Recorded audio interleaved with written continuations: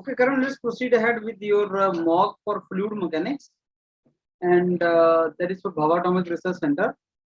So we start, Karan, from very basic, that is properties of the fluid, and I start from specific gravity.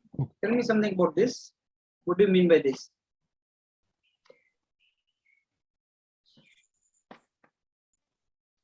Yes, sir. So specific gravity is basically property of a fluid.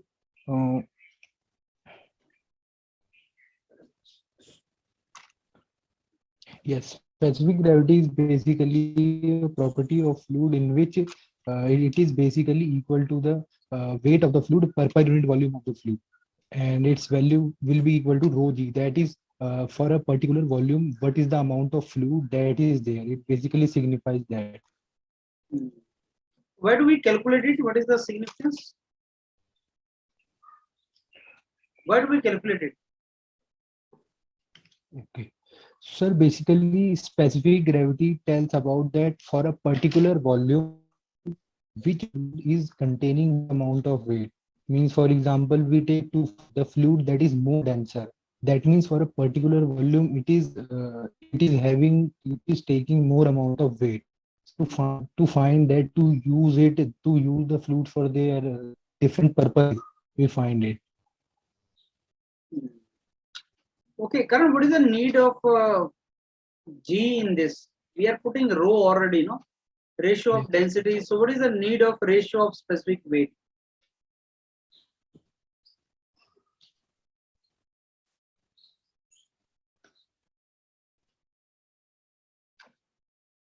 So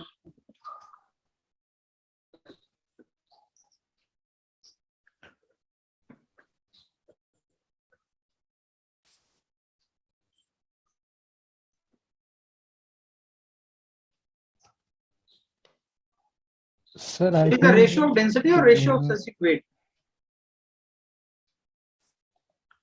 sorry, sir. It is the ratio of density or ratio of specific weight? Specific weight, sir. So why do we take specific weight? Why not ratio of density?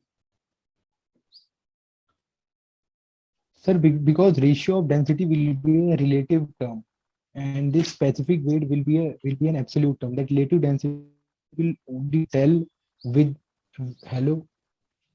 Yeah, go ahead, Karan. Yes. So basically, this specific weight is basically an absolute term, while that relative density is a relative term. In relative density, basically हमें क्या पता लगता है किसी और fluid के respect में हमारे फ्लूइड की डेंसिटी क्या है. And basically in specific gravity हम एब्सोल्युटली बता रहे हैं कि इसका कितना वॉल्यूम में कितना वेट ये कैरी कर रहा है. So that is more absolute term. Can you give some example in which ratio of specific weight is different from ratio of density? Any example where ratio of density is different from ratio of specific weight?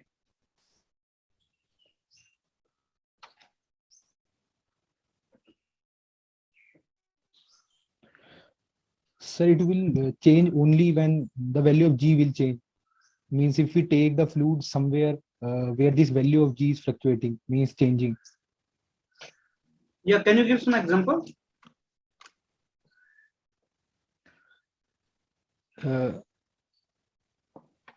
For example, sir, if we have taken the water in Earth and we have taken a water at Moon, so basically we know that the value of G will change there. So there the value of the specific gravity will change because of the G value. Density will remain same, right?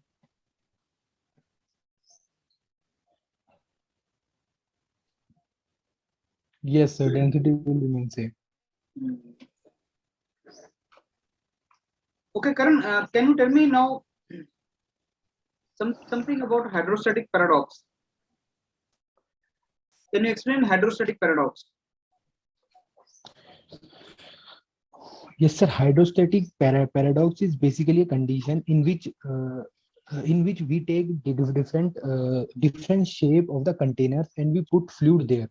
But we know that basically sir, can I draw a diagram?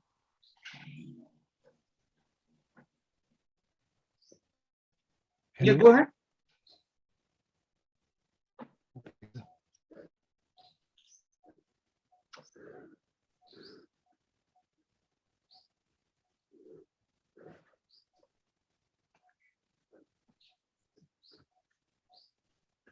So basically, if we have these three containers, so basically what hydrostatic paradox say that in spite of that these three have different weight of fluid containing in it, but the pressure that is applied at the bottom will be same because the pressure will be dependent on the specific rho g of the fluid and the height of the fluid. If the same fluid is containing in these three containers and the height of that is same, then the amount of fluid does not matter. So basically this is the hydrostatic paradox.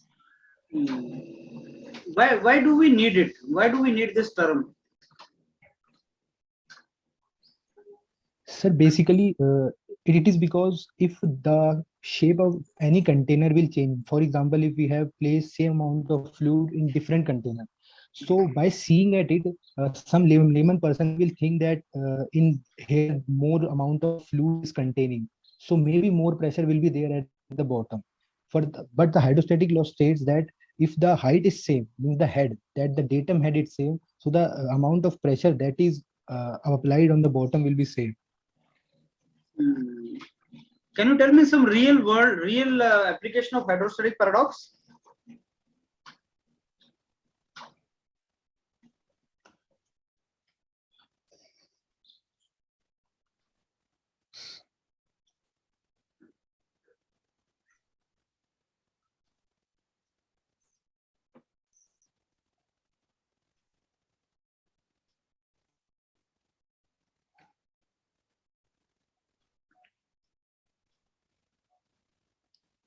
Sir, we can take the example of a glass that we are having to drink water. Some glass have tapered shape like this, and some are exactly cylinder.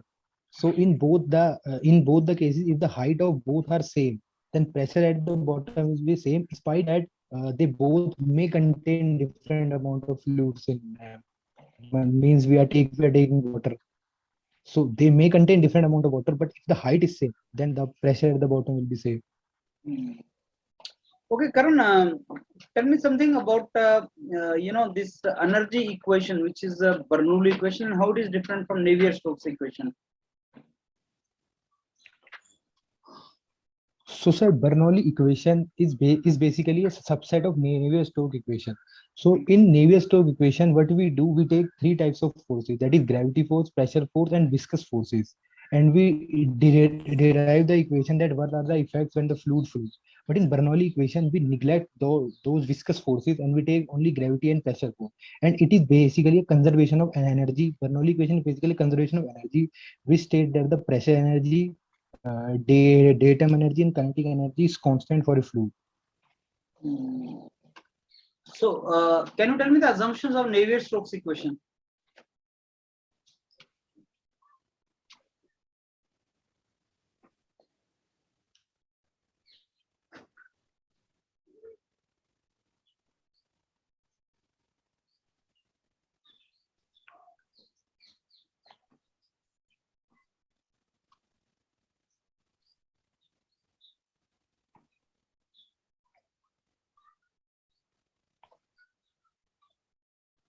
Sir, I think no as such assumptions are there for it. Nivea. Are you sure? Sir, I'm not Navier-Stokes sure. equation is without any assumptions. Sir, I'm not sure about. Actually, I don't know. Hmm. What kind of forces we consider in Navier-Stokes equation? Sir, basically, gravity force, that is the weight, the pressure forces which are acting, and the viscous forces during its flow. What do you understand by eddy viscosity?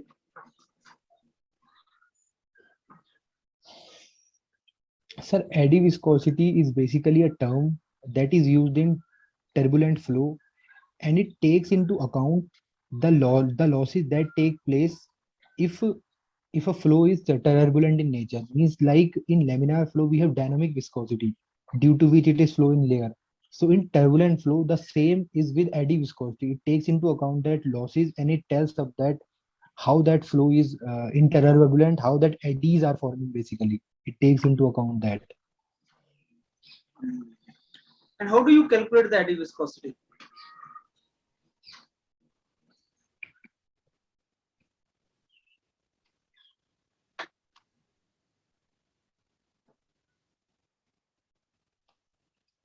Sir, I'm not sure, but I think there is, I don't know any formula to find it, eddy viscosity. Think of Prandtl and Reynolds equations.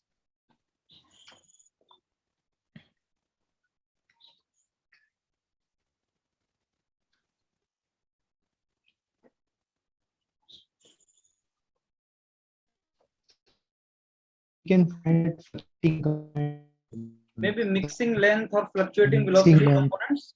Yes, sir. Mixing length. Yes, sir. What is mixing length? So mixing length is basically the amount of distance the fluid particle has to travel in the transverse direction of the flow, so that it will not change the momentum of the other layer that is present in the longitudinal direction of the flow. Okay. So Yes, what is the significance of this mixing length?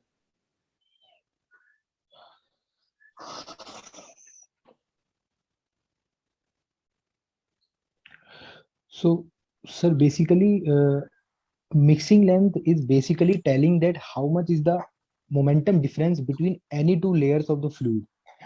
Means if there are two layers of fluid that are we are considering, so there is some momentum difference between them. So to cross that momentum, how much one layer has to go, what the distance one layer has to travel. So it basically signifying that. Okay, Karan, why do we calculate dimensionless numbers?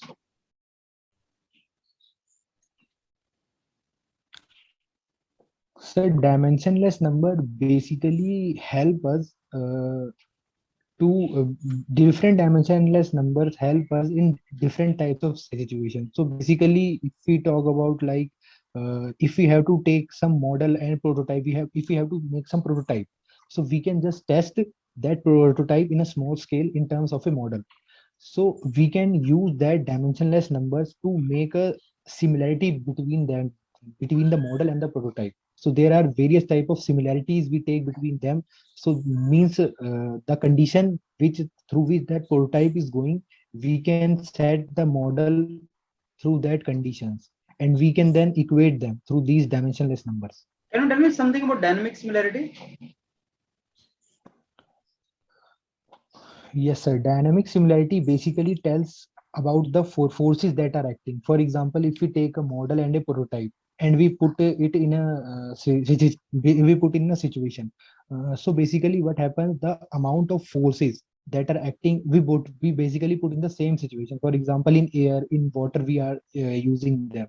So the amount of forces that are basically acting on that model and prototype. So dynamic similarity tell the relation between them. Okay. How do you define dynamic similarity? Dynamic similarity can be defined by Reynolds number, that if a model and prototype is there and the dynamic Reynolds number similarity is only is one between example, but them. otherwise, what is the definition of dynamic similarity? Okay. So dynamic similarity basically means the equality of forces, we can say. Equality of what Similarity kind of of forces. forces? Like the drag forces that are acting on a body. Only drag forces? No, sir, all type of forces like pressure forces that are acting on a body. But then we take a comparison of similar kind of forces, no? Or can we compare any kind of force with any other kind of No, force? no, sir. Similar kind of force. I mean, drag force has to be compared with the drag force. And then why do we take a ratio of forces in the form of dimensionless number? Because, sir, because the geometry of the model and prototype are not same. So if geometry is not same, the ratio may be same, but they are not equal. Because if they're thus because the surface area is more, for example, for a prototype. So definitely the drag force that are acting are more. the ratio for them is same, but definitely they are not equal because the size of the model is small. Okay. And once the dimensional similarity is also there, then what do we get out of it? Dimensional similarity. Yeah. Means sir, all the dimensions are same for model type. So what kind of similarities do we check, Karan? First of all, we check the geometrical similarity, kinematic similarity, dynamic similarity. Yes, sir. Only three kind of similarities, right? Yes, sir. I Can you tell me know. what are the forces in Mach number? Different forces in Sorry, Mach sir. number.